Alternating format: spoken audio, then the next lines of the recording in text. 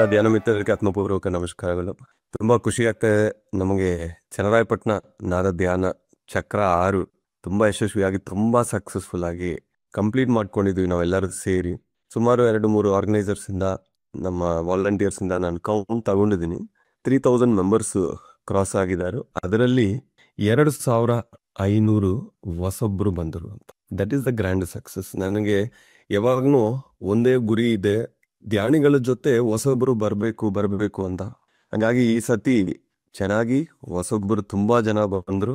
ಅವರೆಲ್ಲರಿಗೆ ಧ್ಯಾನ ಅನ್ನೋದು ಪರಿಚಯ ಆಗಿದೆ. ಇದು ಮೊಟ್ಟ ಮೊದಲನೇ ಗ್ರ್ಯಾಂಡ್ ಸಕ್ಸಸ್ ಅಂತ ನಾವು ಅನ್ಕೋಬಹುದು. ನನ್ನ ಅನುಭವಗಳು ಪ್ರತಿಯೊಂದನ್ನು ನಿಮಗೆ ಶೇರ್ ಮಾಡ್ತೀನಿ. ಫಸ್ಟ್ ಟೈಮು ನಮ್ಮ ಯಜ್ಞಕ್ಕೆ ಒಬ್ಬ MLA ಅವರು ಬಂದು ಧ್ಯಾನ ಮಾಡಿರೋದು ಫಸ್ಟ್ ಟೈಮ್.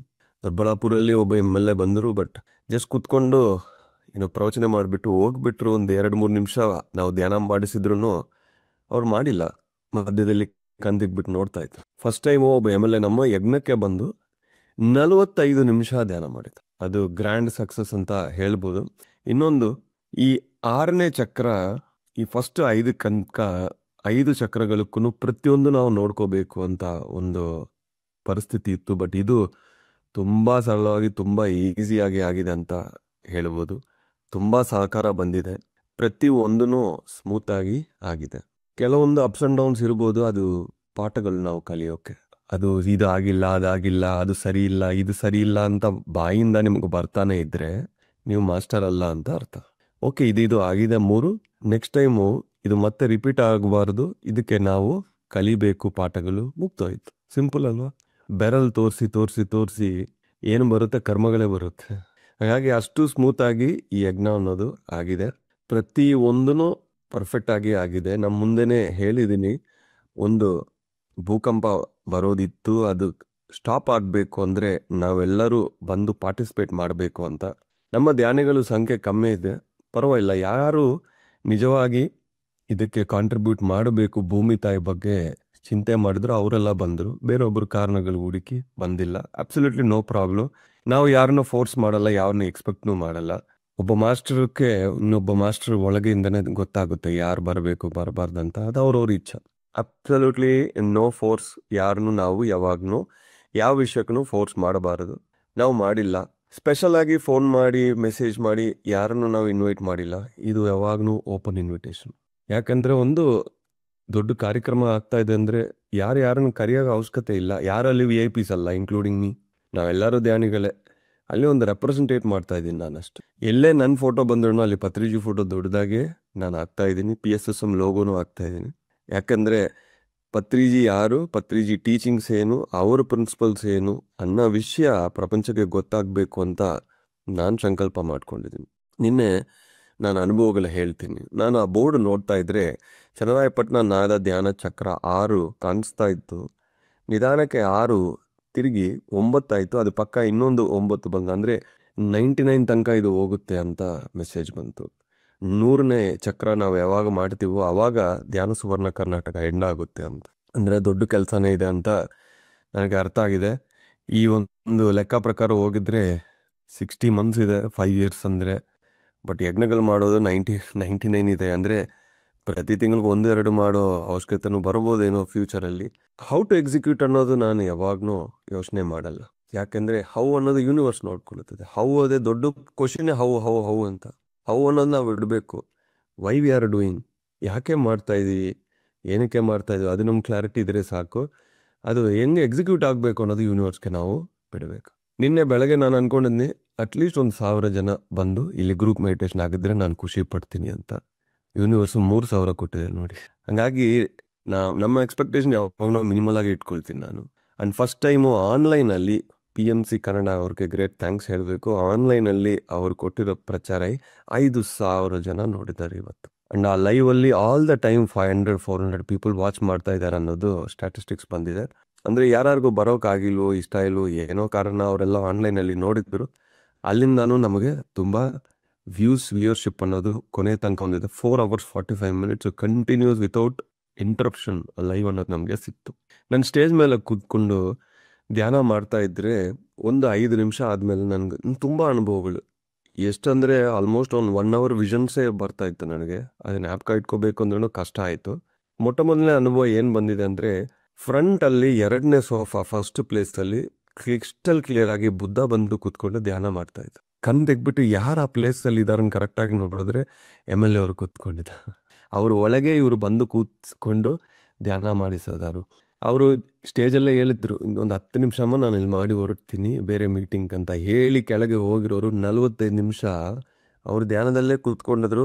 ಅವ್ರ ಪರ್ಸನಲ್ ಅಸಿಸ್ಟೆಂಟ್ಸ್ಗೆ ಫೋನ್ಸ್ ಬರ್ತಾ ಇದೆ, ನೆಕ್ಸ್ಟ್ ಅಪಾಯಿಂಟ್ಮೆಂಟ್ ಇದೆ, ಯಾರು ಹತ್ರ ಹೋಗೋಕೆ ಭಯ ಇದೆ ಎಲ್ಲರಿಗೆ. 45 ನಿಮಿಷ ಅವ್ರಿಗೆ ನಮ್ಮ ಯಜ್ಞದಲ್ಲಿ ಕೂತ್ಕೊಂಡು ಮಾಡೋ ಅವಕಾಶ ಬಂದಿದೆ. ಇದು one of the grand success. ಎರಡನೇದು, ತುಂಬ ಸರ್ಪಗಳು ಭೂಮಿ ಕೆಳಗಿಂದ ಎಲ್ಲ ಹೋಲ್ಸ್ ಮಾಡಿಕೊಂಡು ನಮ್ಮ ಯಜ್ಞಕ್ಕೆ ಬಂದಿದೆ. ನಾಗಲೋಕಕ್ಕಿಂತ ತುಂಬ ಸರ್ಪಗಳು ಬಂತು. ಅದು ಯಾವ ರೂಟಲ್ಲಿ ಬಂದಿದ್ವು ಅದೆಲ್ಲ ರೂಟ್ಸ್ ಫಾರ್ಮ್ ಮಾಡಿದೆ ಭೂಮಿ ಸೆಂಟರ್ ಪಾಯಿಂಟ್ಗೆ. ನಾವು ಮಾಡಿರೋ ಯಜ್ಞ ಫಲ, ಈ ಯಜ್ಞ ಎನರ್ಜೀಸ್ ಎಲ್ಲ ಆ ರೂಟ್ಸಿಂದ ಕೆಳಗೆ ಹೋಗಿ ಭೂಮಿ ತಾಯಿಗೆ ಸೇರಿದೋದು ಈ ವಿಷನ್ ನಾನು ನೋಡಿದ್ದೆ. ಅದಾದಮೇಲೆ ಒಂದು ದೊಡ್ಡ 2 ಪಾದ ಇತ್ತು. ಆ ಪಾದ ಹತ್ರ ನಾನು ಕೂತ್ಕೊಂಡಿದ್ರೆ, ಆ ಪಾದ ಹೆಂಗಿದೆ ಅಂದರೆ, ಈ ಎರ್ತಕ್ವೇಕ್ ಬಂದರೆ ಹೆಂಗಿರುತ್ತೆ, ಈ ಲಾವಾ ಹೆಂಗಿರುತ್ತೆ, ಅಷ್ಟು ಒಂದು ಅಗ್ನಿಯಿಂದ 2 ಕಾಲು ಕಾಣಿಸ್ತಾ ಇದೆ. ನಾನು ಆ 2 ಕಾಲ ಮೇಲೆ ನನ್ನ ಕೈ ಇಟ್ಟು ಮಾತಾ ಶಾಂತಿ ಶಾಂತಿ ಶಾಂತಿ ಅಂತ ಕೇಳ್ತಾ ಇದ್ದೀನಿ. ನನ್ನ ಕೈ ಇಟ್ಟು ನನ್ನ ಎನರ್ಜೀಸ್ ಎಲ್ಲ ಕೊಟ್ಟು ಆ ಮಾತಾನ ಶಾಂತಿ ಮಾಡ್ತಾ ಇದ್ರು ಅದು ಶಾಂತಿ ಆಗ್ತಾ ಇಲ್ಲ. ನನ್ನ ಕಣ್ಣಿಂದ ನೀರು ಬಂದು ಆ 2 ಕಾಲ ಮೇಲೆ ಯಾವಾಗ ಬೀಳುತ್ತೋ ಆವಾಗ ಅದು ಶಾಂತಿಯಾಗಿ ನಾರ್ಮಲ್ ಮಣ್ಣು ಥರ ಅದು ಟ್ರಾನ್ಸ್ಫಾರ್ಮ್ ಆಗಿದೆ. ಇದು ಈ ಯಜ್ಞದ ಇಂಪಾರ್ಟೆಂಟ್ ಆ್ಯಂಡ್ ಮೇನ್ ಮೆಸೇಜು. ಅದು ಯಾಕೆ ನಾವು ಮಾಡಿದ್ದೀವಿ ಅಂದರೆ, ಅಲ್ಲಿ ಯಾವುದೇ ಒಂದು ವಿಪತ್ಕರಣ ಬರಬಾರ್ದು. ಯಾಕೆಂದರೆ ಹಾಸನ ಜಿಲ್ಲೆಯಲ್ಲಿ ಇರೋ 8 ತಾಲೂಕಲ್ಲಿನೂ ನಾವು ಧ್ಯಾನ ಪ್ರಚಾರ ಮಾಡಿ ಯಜ್ಞಗಳು ಮಾಡೋ ತನಕ ಯಾವುದು ಏನು ಬರಬಾರದು ಅನ್ನೋದು ಆ ಮಾತಾ ನಂಗೆ ನಿನ್ನೆ ಮಾತೆ ಕೊಟ್ಟರು. ಸೊ ಎಷ್ಟೋ ಪ್ರಯತ್ನ ಮಾಡಿ ಎಷ್ಟು ಲಕ್ಷಾಂತರ ಜನಕ್ಕೆ ಅಲ್ಲಿ ಧ್ಯಾನ ಪ್ರಚಾರ ಮಾಡಬೇಕು, ನಾನು ಮಾಡ್ತೀನಿ. ಈಗ 2 ಆಯಿತು. ಹಾಸನ ಮೇನ್ ಪ್ಲೇಸಲ್ಲಿ ಮಾಡಿದ್ದೀವಿ. 2ನೇದು ಚನ್ನರಾಯಪಟ್ಟಣದಲ್ಲಿ ಮಾಡಿದ್ದೀವಿ. ಇನ್ನೂ 2 ತಿಂಗಳಲ್ಲಿ ಬೇಲೂರಲ್ಲಿ ಮಾಡ್ತಾಯಿದ್ದೀವಿ. BELUR. ನನಗೂ ಗೊತ್ತಿಲ್ಲ, ಇದೆಲ್ಲ ಸರ್ಚ್ ಮಾಡಿ ಮಾಡ್ತಾ ಇದ್ದೀನಿ. ಬೇಲೂರಲ್ಲಿ ನೆಕ್ಸ್ಟು ನಾವು ಬೇಲೂರು ನಾದ ಧ್ಯಾನ ಚಕ್ರ 7 ಮಾಡ್ತಾಯಿದ್ದೀವಿ. ಇದು ನಿನ್ನೆ ನೈಟ್ ಬಂದಿದ್ರೆ ಒಳ್ಳೆ ನ್ಯೂಸು. ಅದು ಇವತ್ತು 11 o'clock ನಿಮ್ಮೆಲ್ಲರಿಗೆ ಶೇರ್ ಮಾಡಬೇಕು ಅಂತ ನಾನು ನಿನ್ನೆ ನೈಟ್ ಮನೆಗೆ ಬಂದು ನಾನು MLA ಅವ್ರಿಗೂ ಫೋನ್ ಮಾಡಿದ್ದೀನಿ. ಫೋನ್ ಮಾಡಿದರೆ ಫೋನ್ ಎತ್ತಾ ಇದ್ದಾರೆ, ಅಷ್ಟು ಆಕ್ಸೆಸಿಬಲ್ ಆಗಿದ್ದಾರೆ. ಎಲ್ಲಿನೂ ಅದು ಸಿಗಲ್ಲ ಅಂತ ಒಂದು ಗ್ರೇಟ್ ವ್ಯಕ್ತಿಗಳು, ಅಷ್ಟು ಇಂಪಾರ್ಟೆಂಟ್ VIPsಗೆ ಫೋನ್ಸಲ್ಲಿ ನಮಗೆ ಸಿಗಲ್ಲ. ಆದ್ರೂ ಫೋನ್ ಮಾಡಿದ ತಕ್ಷಣ ನಾನು ಡಾಕ್ಟರ್ ಅಯ್ಯಪ್ಪ ಪಿಂಡೆ ಅಂದರೆ ಅವ್ರು ಹೇಳಿದರು, ನಮ್ಮ ತಾಲೂಕಿಗೆ ಬಂದು ಒಳ್ಳೆ ಕಾರ್ಯಕ್ರಮ ಮಾಡಿ ಹೋಗಿದ್ರು, ತುಂಬ ಖುಷಿ ಅಂತ ಅವರು ಸಂತೋಷಪಟ್ಟರು. ಅವರು ಹೇಳಿದ್ರಂತ ಮುಂದಿನ ದಿವಸ ಒಂದು 75 ಜನ ಬಂದರು ನಮ್ಮ ಧ್ಯಾನಿಗಳು. ನಾವು ಏನಂದೀವಿ, ಒಂದು 200 ಜನ ಬರ್ಬೋದು ಅಂತ ಹೇಳಿದ ತಕ್ಷಣ 200 ಜನಕ್ಕೆ ಊಟ ಮಾಡಿದ್ದಾರೆ. ಮತ್ತು 75 ಜನ ಬಂದರು ಅಷ್ಟೇ. 75 ಜನ ಬಂದರೆ ಅವ್ರು ಅಂದ್ಕೊಂಡಿದ್ರು ಫುಡ್ಡೆಲ್ಲ ವೇಸ್ಟ್ ಆಯ್ತಲ್ವಾ, ಒಂದು 500ರಿಂದ 1000 ಜನನೂ ನಾಳೆ ಬರಲ್ಲ ಅಂತ ಅವ್ರು ಲೆಕ್ಕ ಮಾಡಿಕೊಂಡು ತಿಂಡಿಗೆ ಸ್ವಲ್ಪನೇ ಕಲಿಸಿದ್ರು. ಹಂಗೆ ಶಾರ್ಟೇಜ್ ಆಗಿದೆ. ಅವರೇ ಶಾಕ್ ಆಗಿದ್ದಾರೆ. 1000 ದಾಟಲ್ಲ ಅಂತ ನಾನು ಅಂದ್ಕೊಂಡಿದ್ದೆ. 3000 ಜನ ಬಂದು ಇಲ್ಲಿ ಇಷ್ಟೊಂದು ಕಾರ್ಯಕ್ರಮ ಆಗಿದೆ ಅಂದರೆ ದಟ್ ಈಸ್ ರಿಯಲಿ ಗ್ರೇಟ್ ಅಂತ ಅವರು ಶಾಕ್ ಆಗಿದ್ದಾರೆ. ಈಗ ಹಾಸನ ಯಜ್ಞ 2 ತಿಂಗಳಾಯಿತು ಮಾಡಿ. ಅಲ್ಲಿ ಒಂದು ದೊಡ್ಡ ಪಿರಮಿಡ್ ಬರೋಕ್ಕೆ ಒಂದು ದಾರಿ ಸಿಕ್ಕಿದೆ. ಒಂದು ಪಾರ್ಕಲ್ಲಿ ಗೌರ್ಮೆಂಟ್ ಸ್ಯಾಂಕ್ಷನ್ ಮಾಡಿ ಒಂದು ಯೋಗ ಕೇಂದ್ರ ಅಂತ ಒಂದು ಬರ್ತಾ ಇದೆ. ಅವ್ರಿಗೆ ನಾನು ಹೇಳಿದ್ದು, ನಿಮ್ಮ ಮೇಲೇನೋ ಒಂದು ಪಿರಮಿಡ್ ಕಟ್ಟರೆ ಚೆನ್ನಾಗಿರುತ್ತೆ ಅಂತ, ಧ್ಯಾನ ಯೋಗ ಕೇಂದ್ರ ಅಂತ ಮಾಡಿ ಅಂತ ಒಳ್ಳೆ ವಿಚಾರ ಅಂತ ಅವರು ಒಪ್ಕೊಂಡಿತ್ತು. ನೆಕ್ಸ್ಟು ನಾವು ಈ ಚನ್ನರಾಯಪಟ್ಟಣದಲ್ಲಿ ಒಂದು ಪಿರಮಿಡ್ ಬರಬೇಕು ಅಂತ ನಾನು ನೆಕ್ಸ್ಟ್ ಮೀಟಿಂಗಲ್ಲಿ ಡೆಫಿನೆಟಾಗಿ MLA ಅವ್ರ ಹತ್ರ ನಾನು ರಿಕ್ವೆಸ್ಟ್ ಮಾಡ್ತೀನಿ. ಒಂದೊಂದು ಕಡೆಯೂ ನಾವು ಒಂದು ಯಜ್ಞ ಮಾಡಿ ಅಲ್ಲಿ ಒಂದು ದೊಡ್ಡ ಪಾರ್ಕಲ್ಲಿ ಒಂದು ಪಿರಮಿಡ್ ಬಂದರೆ ಯಾರೋ ಒಬ್ಬರು ನಮ್ಮ ಧ್ಯಾನಿಗಳು 100% ಆ ಊರಲ್ಲಿ ಇರ್ತಾರೋ ಅವ್ರು ನೋಡ್ಕೊಳ್ತಾರೆ. ಹಾಗಾಗಿ ಒಂದೊಂದು ಕಡೆ ನಾವು ಧ್ಯಾನ ಯಜ್ಞಗಳು ಚಕ್ರಗಳು ಮಾಡಿ ಅಲ್ಲಿ ಪಿರಮಿಡ್ ಬಂದರೆ ನಮ್ಗೆ ಖುಷಿ ಆಗುತ್ತೆ. ಮೈಸೂರಲ್ಲಿ ನಾವು ಯಜ್ಞ ಮಾಡಿ ಬಂದಮೇಲೆ ಅಲ್ಲಿ ಒಬ್ಬ ಮಾಸ್ಟರ್ ಪಿರಮಿಡ್ ಕಟ್ತಾರೆ. ಈಗ ಸುಮಾರು ಪಿರಮಿಡ್ಸ್ ಬರ್ತಾ ಇದೆ. ಎಷ್ಟೋ ವರ್ಷಗಳಿಂದ ಅಷ್ಟು ಪಿರಮಿಡ್ಸ್ ಅಲ್ಲಿ ಇಲ್ಲ. ತುಮಕೂರಲ್ಲೇನೂ ಜಾಸ್ತಿ ಆಗಿದೆ. ದೊಡ್ಡಬಳ್ಳಾಪುರ ಪಿರಮಿಡ್ ಉದ್ಘಾಟನೆಯಿಂದನೇ ನಾವು ಯಜ್ಞಗಳನ್ನು ಮಾಡಿದ್ದೀವಿ.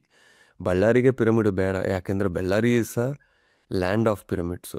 ಹಾಗೆ ಒಂದೊಂದು ಕಡೆನೂ ಈಗ ಈ ನಾನ್ ವೆಜ್ ಬೆಲ್ಟು ಇರೋ ಈ ಹಾಸನ ಡಿಸ್ಟ್ರಿಕ್ಟಲ್ಲಿ 8 ತಾಲೂಕಲ್ಲಿನೂ ನಾವು ಯಜ್ಞಗಳು ಮಾಡಿ ಅಲ್ಲಿ ಎಲ್ಲ ಕಡೆನೂ ದೊಡ್ಡ ದೊಡ್ಡ ಪಿರಮಿಡ್ಸ್ ಬಂದರೆ ಆ ಪ್ರದೇಶ ಸೇಫ್ ಆಗುತ್ತದೆ. ಅಲ್ಲಿರೋರೆಲ್ಲರೂ ವೆಜಿಟೇರಿಯನ್ಸ್ ಆಗೋಕ್ಕೆ ಒಂದು ಅವಕಾಶ ನಾವೇ ಮಾಡಿಕೊಡಬೇಕು. ಇದು ಯೂನಿವರ್ಸಲ್ ಪ್ಲ್ಯಾನ್, ನನ್ನ ಪ್ಲ್ಯಾನ್ ಅಲ್ಲ.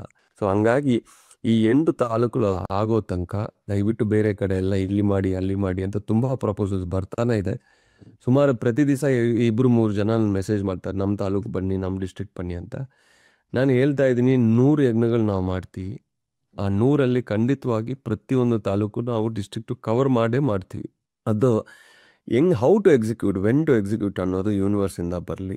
ನಾವು ಏನಾದರೂ ಮೈಂಡಲ್ಲಿ ಅಂದ್ಕೊಂಡು ಮಾಡಿದ್ರೆ ಇದು ಸಕ್ಸಸ್ ಆಗಲ್ಲ. ಹಾಗಾಗಿ ಯೂನಿವರ್ಸಲ್ ಪ್ಲಾನನ್ನು ನಾವು ರೆಸ್ಪೆಕ್ಟ್ ಮಾಡಿ ಮೆಸೇಜ್ ತಗೊಂಡು ನಾವು ಮಾಡಿದರೆ ಚೆನ್ನಾಗಿರುತ್ತೆ. ಈಗ ಕನ್ಫರ್ಮೇಷನ್ಸ್ ಬೇಕಲ್ವ ನಮ್ಮ ಪ್ರತಿಯೊಂದು ಎಕ್ಸ್ಪೀರಿಯನ್ಸ್ಗೆ. ನಿನ್ನೆ ಸುಮಾರು ಜನ ಧ್ಯಾನಿಗಳು ನನ್ನ ಹತ್ರ ಬಂದು ಹೇಳ್ತಾಯಿದ್ರು, ಯಜ್ಞ ಅಲ್ಲಿ ಧ್ಯಾನ ಮಾಡೋ ಸಮಯ ಭೂಮಿ ಎಲ್ಲ ಕೆಳಗೆ ಶೇಕ್ ಆಗೋದು ತುಂಬ ಜನ ಎಕ್ಸ್ಪೀರಿಯನ್ಸ್ ಮಾಡಿದ್ರು ಅಂತ. ಕೆಲವೊಬ್ಬರಿಗೆ ಭಯನೇ ಆಗಿದೆ, ಕಣ್ಣು ತೆಗಿಬೇಕು ಅಂತಾನೂ ಅನಿಸಿದೆ ಅಂತ ಅಲ್ಲಿಂದ ಒಂದು ಕನ್ಫರ್ಮೇಷನ್ ಬಂದಿದೆ.